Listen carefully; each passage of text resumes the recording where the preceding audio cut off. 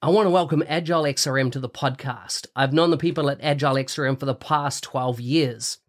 I've seen how their business process management tool can add massive value to complex organizational processes in sectors such as finance and government.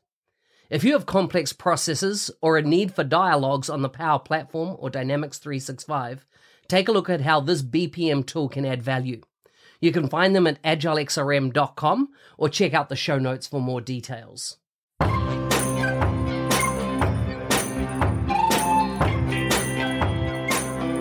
Welcome to the MVP Show. My intention is that you listen to the stories of these MVP guests and are inspired to become an MVP and bring value to the world through your skills. If you have not checked it out already, I do a YouTube series called How to Become an MVP. The link is in the show notes. With that, let's get on with the show. Today's guest is all the way from Belgium. He's the owner of Dynex and the managing partner of iFactor Business Solutions. He was the first awarded as MVP in 2007. So this guy's a veteran. He's had it a very long time. He's very active in Microsoft Microsoft Dynamics NAV community, where he tries to solve technical issues and thrives on sharing his knowledge with other Dynamics NAV enthusiasts. He's the author of PowerShell Tools, and you can find all the links to his bio, blog, Twitter, LinkedIn, etc. in the show notes for this episode. Welcome to the show, Eric. Hello. Well, you can call me Waldo. To be honest, the community calls me Waldo, so it makes sense that I speak as Waldo. And maybe I need to update my bio as well, because I noticed now, since you have been reading that I need to update that Dynamics NAV to Dynamics Business Central. Correct. That's the journey we've all been on, right? Those that have been in the community a long time. Tell me, where does the name Waldo come from? That goes back when I was 12 or 13 years old. In my childhood, in fact, I was playing basketball, and my teammates. It was back in the days when Family Matters was on. I don't know if you remember that show. I don't remember it. And there was Waldo, Geraldo, Faldo on that show. And he was a little bit goofy. And yeah, let's just say that my teammates found myself also a little bit goofy. So Eric and Wauters, which is my last name, turned into Waldo quite fast. And they started to call me Waldo, and I'm still Waldo for them. I started to use that name in the community as well. And yeah, I've been doing that ever since. That's so cool. So tell us a bit about life in Belgium, family, what you do when you're not, focused on community activities or your business. Well, absolutely nothing. No. I am doing stuff. Obviously, I have 3 kids. I have 3 sons. And they all play basketball. So they kind of inherited that from me, I guess. And that's pretty much what I'm doing. I'm spending time with my kids and at the basketball. Yeah.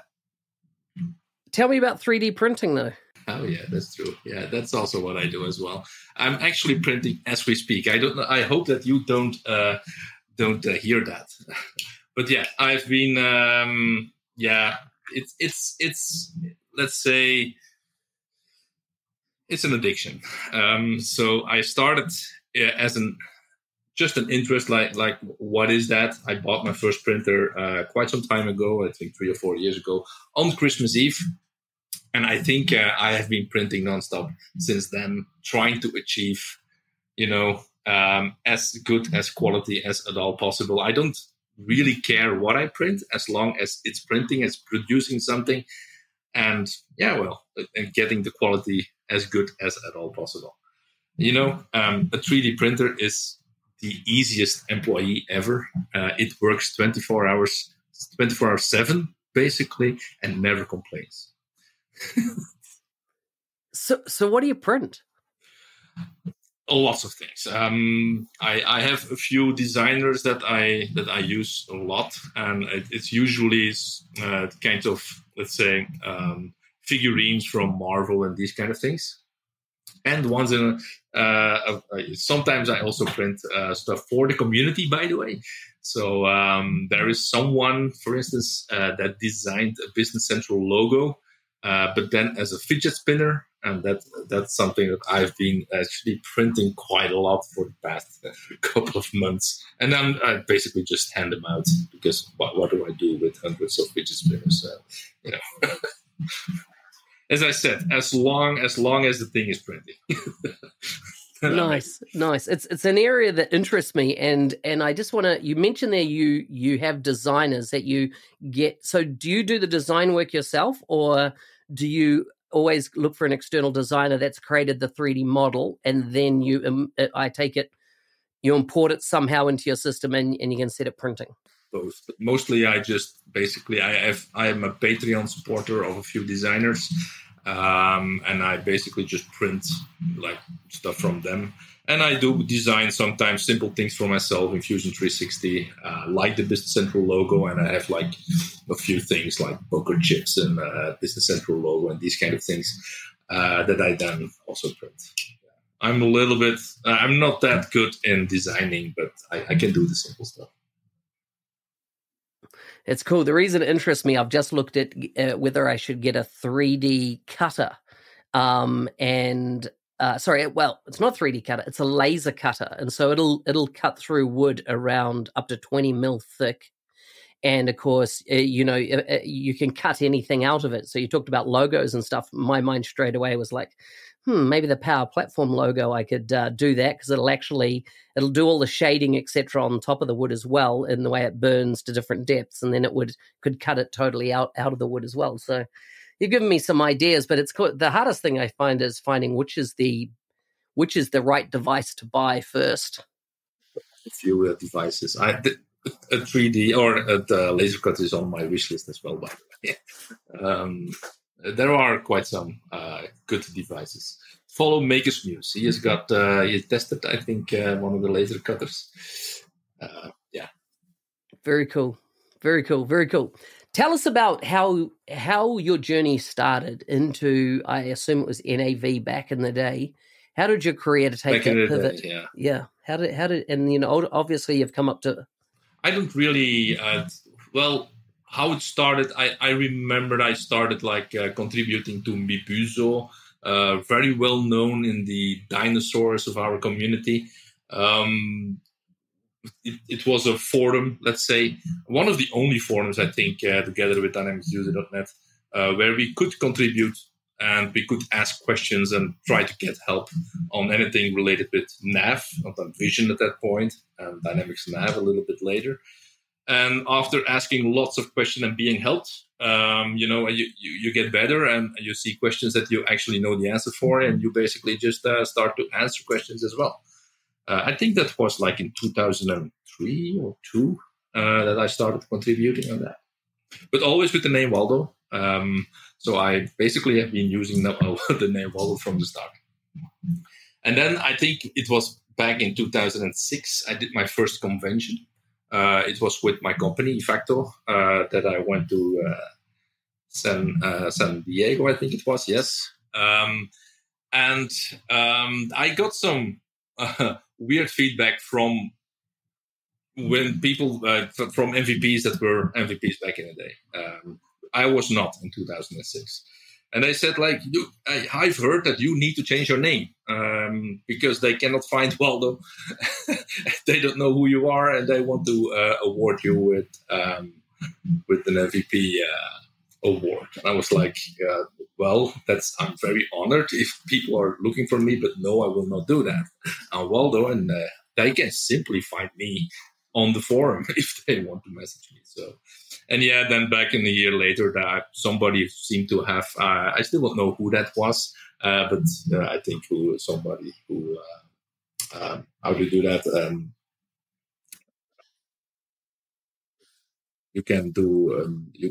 I forgot the English word. You can do an alias? You can, you can tip somebody who would deserve to be nominate.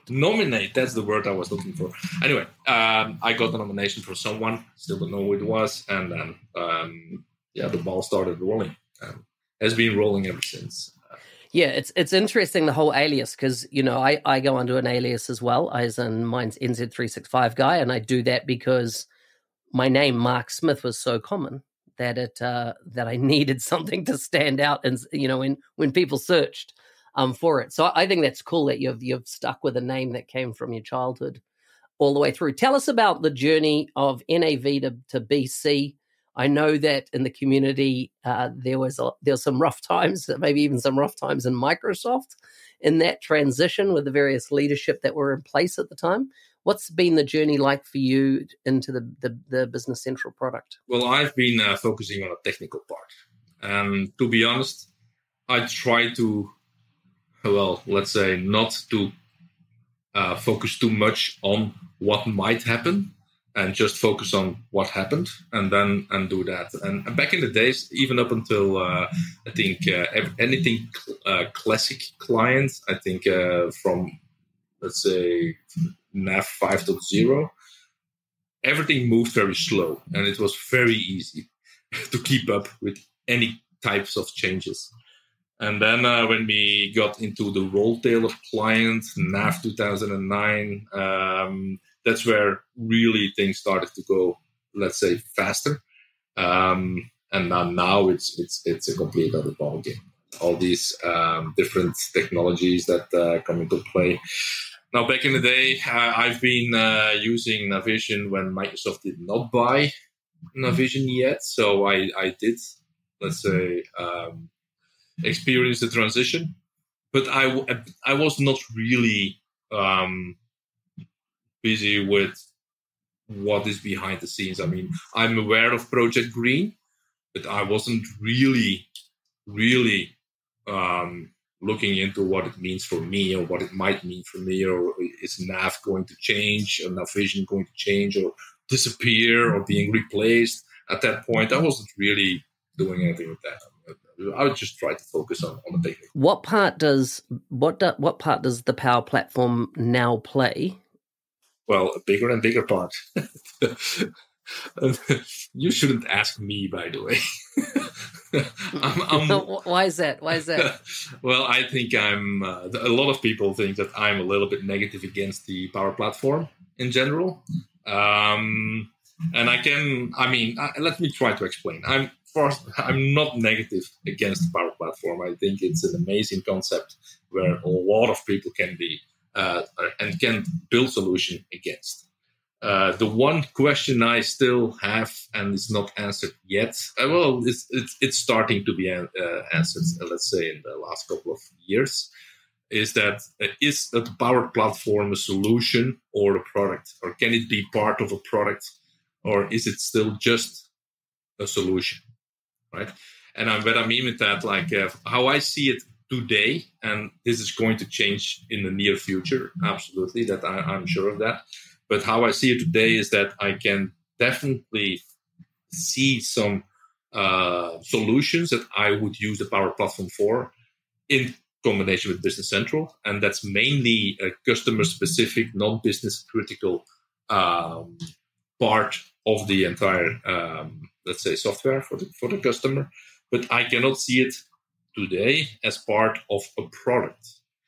For the simple reason, if I build a product in Business Central, if I would I need to maintain that product, it's going to get upgraded automatically in SaaS and all those kind of things. And I need to maintain that for on-prem even as well, at least in my company. If I would include Power anything, Power Automate, Power Apps, Power whatever, as part of the product, that means I need to maintain the upgrade for that Power part as well. And as far as I know, and I could be mistaken today, but I think I'm not, that is not possible. I cannot automatically do that. So for me, anything Power is a solution, but not part of my software yet. That's kind of like where I'm at for the Power part. But it's getting more and more important. And we are now, in my company, we are doing proof of concepts with different parts that we might be able to use in our product, built on both Power BI, but also Power Apps and even Power Automate. Yeah. No, I think you've got a very good view on it, and always like hearing people talk about it. That's not just touting the company line, so to speak, but really want to understand or have a differing view. Tell me about PowerShell. PowerShell I see is a phenomenal tool when you want to deploy multiple environments, and you really it's such a flexible tool that we can use in a SaaS world. You authored PowerShell tools. Tell us a bit about your experience with PowerShell tools, and how important is it for people working on really any Dynamics and or Power Platform project to know PowerShell? PowerShell, and I think people that follow me a little bit in the community know that it has been quite the important part of my life, let's say, as a professional, simply because it automates, right? So I started with PowerShell back in the days when Microsoft was announcing the fact that we need to be repeatable. We need to be as repeatable as at all possible. And it was back in the days when we were using Seaside and Rolltail client, where repeatability was very difficult to achieve. And we got some new tools, PowerShell commands, where we could do stuff with in Nav. So that's where I started to pick up PowerShell as such. So I basically just created like scripts to completely automate an upgrade flow, because that's what's, in my view, also what repeatability is all about. To be able to first implement as fast as possible, but also get everyone as fast as possible to the newest release. So that's and I've been like automating the crap out of Business Central as much as I could.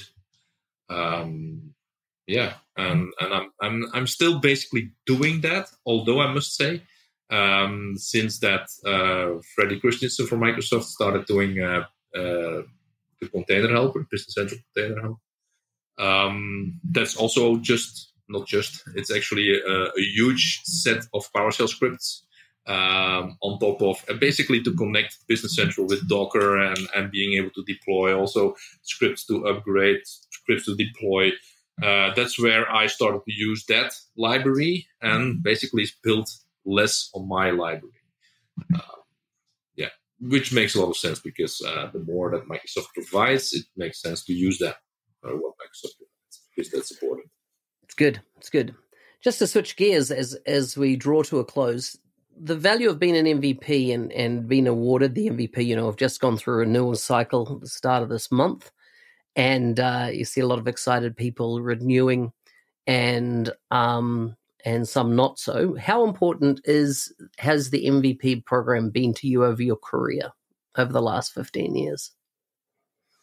Well, it has defined for a big part the way I participate in the community.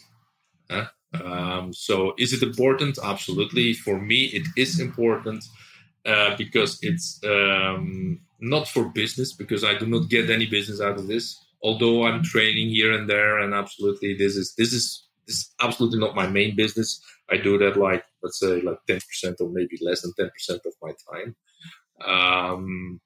But it gives me a lot of let's say motivation, right?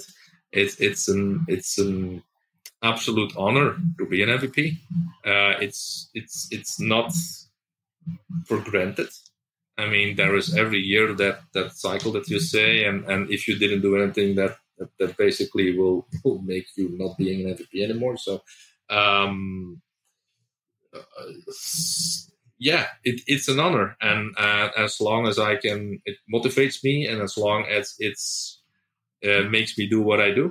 It's not big. I mean, I'm not contributing because I'm an MVP, but it sure as hell is motivational to be. So yeah, it's not. I mean, I don't have it for my business. Absolutely not. For my business, I don't really benefit from it. Me personally, let's say, maybe my company does. I don't know. I don't sell. I don't know. I mean, I don't know. Damn sure is equation. Hey, thanks for listening. I'm your host, Business Application MVP Mark Smith, otherwise known as the NZ365 Guy. If you like the show and want to be a supporter, check out buymeacoffee.com/NZ365 Guy. Thanks again, and see you next time.